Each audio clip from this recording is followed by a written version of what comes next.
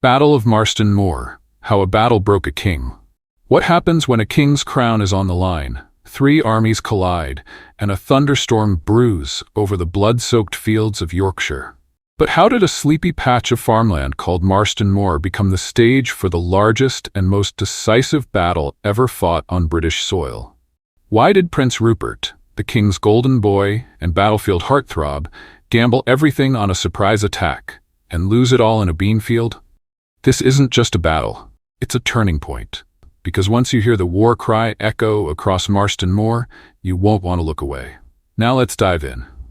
By 1644, England looked less like a country and more like a medieval demolition derby.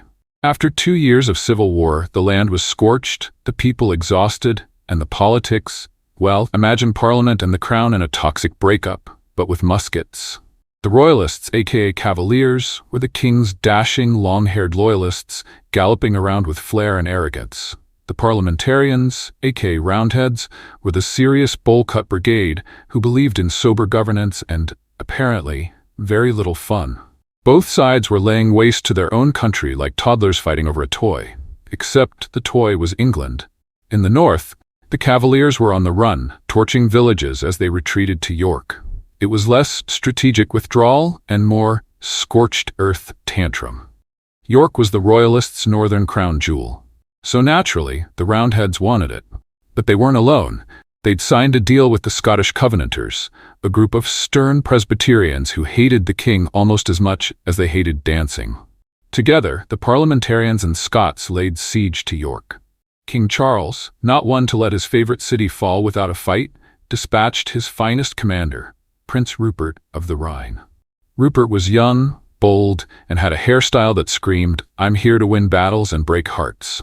But waiting for Rupert was a man who didn't care about hair or hearts, only victory. Enter Oliver Cromwell. Cromwell was a man of contradictions. He was deeply religious, fiercely disciplined, and had the charisma of a thundercloud. Born in the flat, soggy lands of East Anglia, he grew up among the fens, and became known as the Lord of the Fens for resisting royal plans to drain them. Yes, Cromwell's rebellion began with swamp politics. In the 1630s, he had a spiritual awakening so intense it could have powered a cathedral. He believed England was corrupt, the king was a threat to Protestantism, and that God had personally assigned him the job of fixing it. No pressure. By 1640, Cromwell was elected MP for Cambridge, and quickly became Parliament's most zealous warrior. He didn't just fight battles, he fought sin. And at Marston Moor, he would become a legend. Rupert, ever the tactician, pulled a fast one. He lured the Roundheads away from York, and then doubled back to relieve the city. It was a bluff worthy of a Netflix drama. He planned to attack the next day with 50,000 men, the largest battle ever fought on British soil. But Rupert had a problem. He needed reinforcements from York's garrison. The garrison commander, having just survived a 2-month siege, basically said, "You want us to fight again? Are you mad?" Still, Rupert waited. And waited. By 4 p.m., the reinforcements trickled in. The element of surprise had packed its bags and left. As dusk fell, Rupert decided it was too dark to fight and retired his men for the night. On the other side of Marston Moor, Cromwell saw the Royalist campfires and thought, "Perfect. Let's ruin their evening."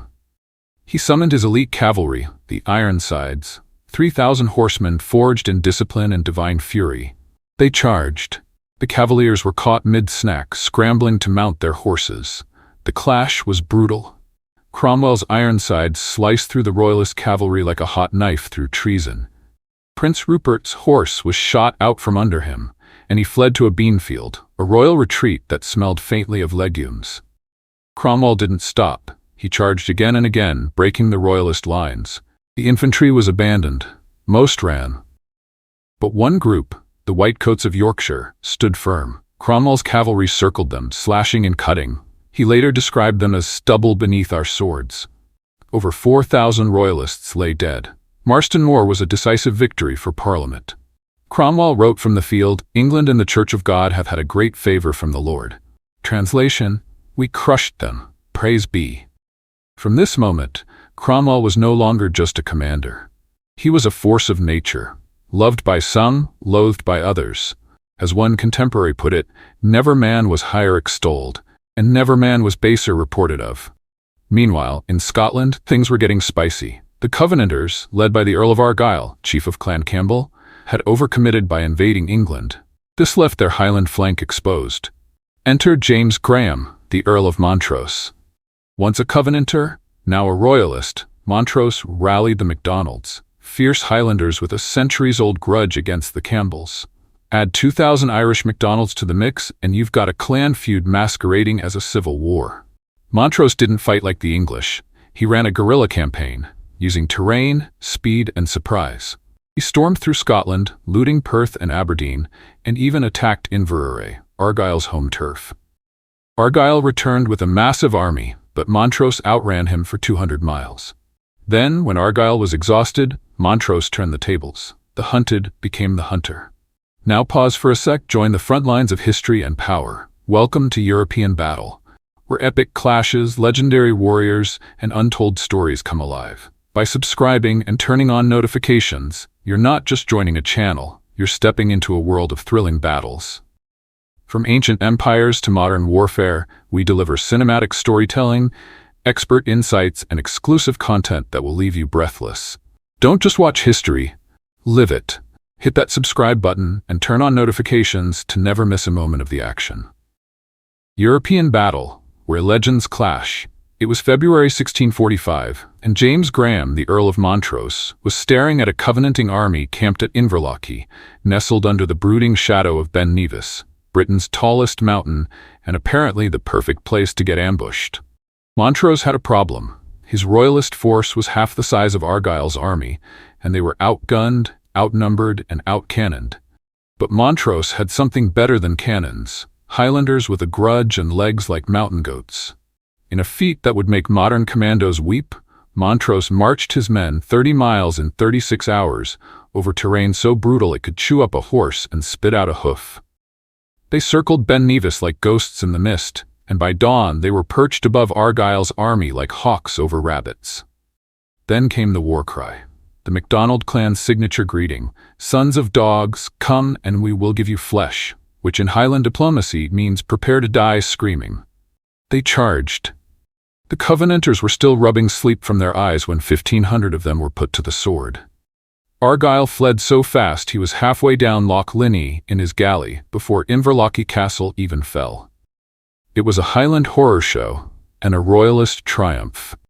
Back in England, King Charles was reading Montrose's victory letter like a man who just found a winning lottery ticket in a pile of overdue bills. Montrose warned him not to negotiate with Parliament. They will not rest satisfied with making you any less than a king of straw. Translation: Parliament wants you dethroned, defanged, and possibly decapitated. Despite losing at Marston Moor, Charles still believed he could win. But in October 1644, he was trapped at Newbury. The Roundheads had him cornered, and then, inexplicably, let him escape. It was like catching a lion in a net, and then deciding to let it go because it looked sad. Then came Donnington Castle. Parliament took it, celebrated, and then let the Cavaliers sneak back in and grab their weapons.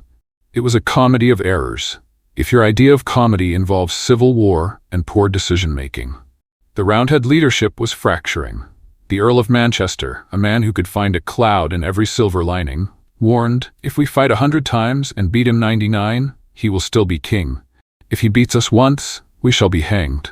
Cromwell, ever the Puritan firebrand, shot back, "My lord, if this be so, why did we take up arms at first?" The real divide wasn't just tactical, it was theological. Cromwell wanted to purge the Church of England root and branch. Manchester just wanted to keep the king from turning it into a Catholic disco. As tensions rose, Parliament passed the Self-Denying Ordinance, a law that booted all MPs and peers from military command, all except Cromwell. The old guard was swept aside like dust before divine judgment. The Roundhead army had been a mess, underpaid conscripts, regional squabbles, and more confusion than a goose in a wind tunnel. Cromwell knew they needed a reboot. Enter the new model army, led by Sir Thomas Fairfax, hero of Marston Moor and owner of the best chin in Yorkshire. This army was mobile, disciplined, and terrifyingly devout. Critics scoffed, "The colonels are tradesmen, brewers, tailors, goldsmiths, shoemakers." But Cromwell didn't care. These weren't aristocrats. They were believers, paid regularly, promoted on merit, and trained like professionals. They didn't fight for glory. They fought for God. By June 1645, Charles was still playing royal chess, while Cromwell was preparing to flip the board. Cavalier scouts spotted the new model army just 5 miles away. The Royalists turned to fight near the village of Naseby.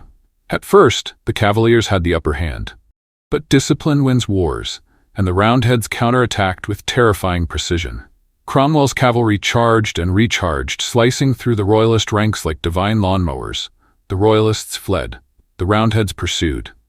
On the road to Leicester, they cut down everything that moved. Then came the horror.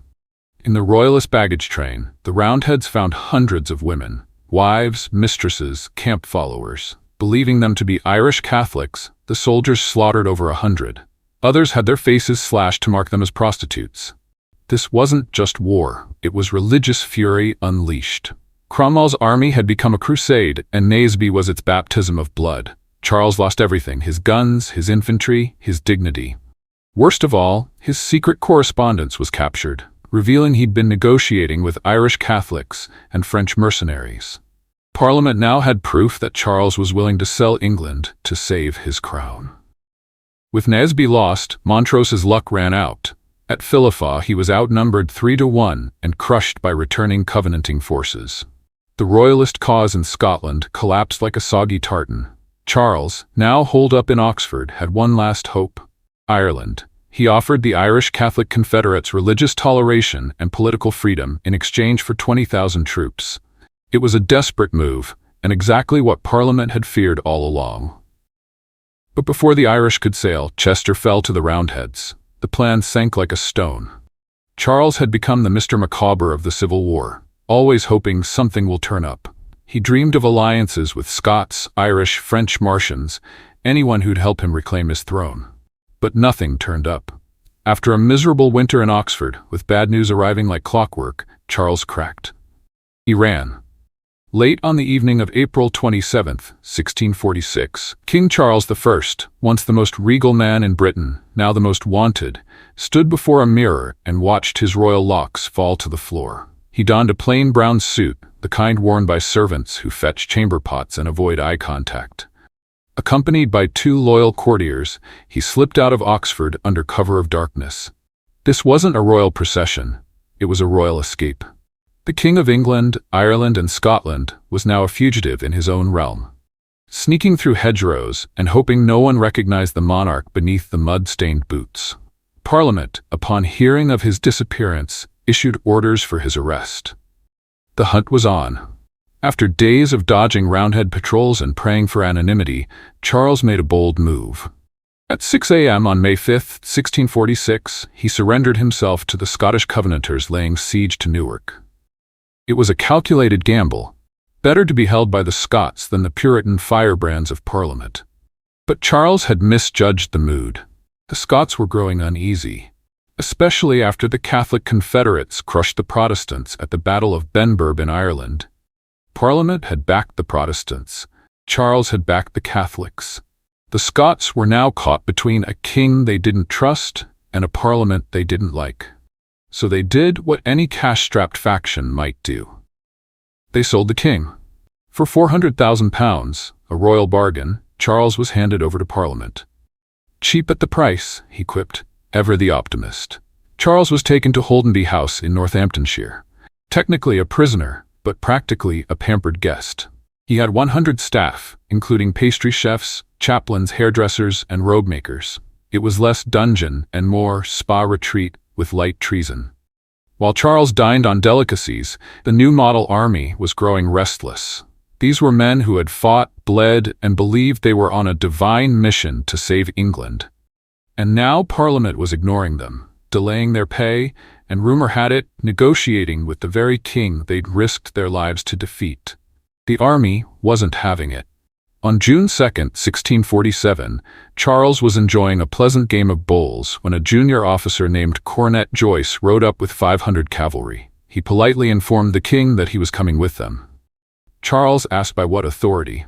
Joyce pointed to his armed escort.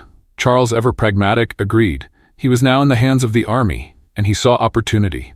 If Parliament and the army were divided, he could play them off each other and reclaim his throne. But the army wasn't just angry. It was radicalizing.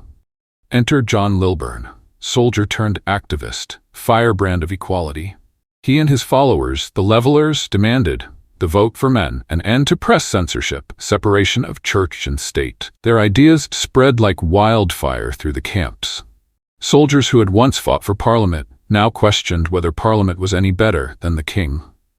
Cromwell, ever the cautious commander, saw Lilburne as dangerous. But Lilburne was popular, so Cromwell was forced to debate him publicly at Putney Church. In October 1647, the General Council of the Army met to debate the future of England. Colonel Rainbow famously declared, "I think the poorest he in England has a life to live as the greatest he." It was revolutionary, the right to vote, the right to hold power accountable. The seeds of British democracy were being sown, but Cromwell and the army grandees pushed back. Property, they argued, was the foundation of voting rights. Without it, chaos would reign. The debates ended, and when rebellion flared again, Cromwell responded not with words, but bullets. At one camp, Levellers were taken out and shot. The message was clear. This was an army, not a parliament. On November 11, 1647, Charles slipped away from his guards and headed for the coast. A boat waited to take him to Jersey. But first he had to cross the New Forest, a maze of trees and confusion. He got hopelessly lost. By the time he reached the coast, the escape was blown. Plan B, the Isle of Wight.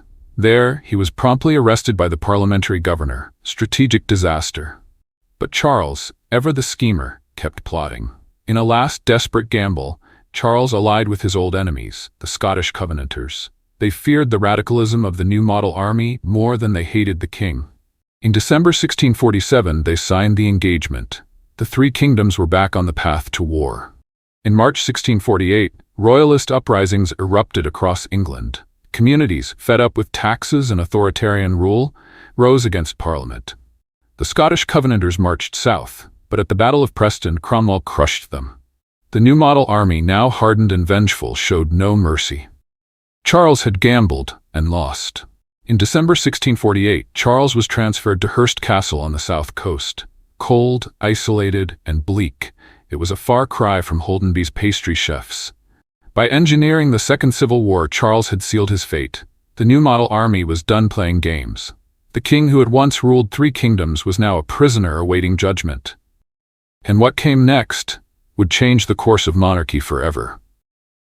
By late 1648, the divine right of kings was looking more like divine wrong. The Roundheads had won the First Civil War, and many believed that victory was not just political. It was spiritual. God had spoken, and Charles had ignored him. That made Charles not just a failed monarch, but a man defying heaven itself. So where do you put a king who's defied God and Parliament?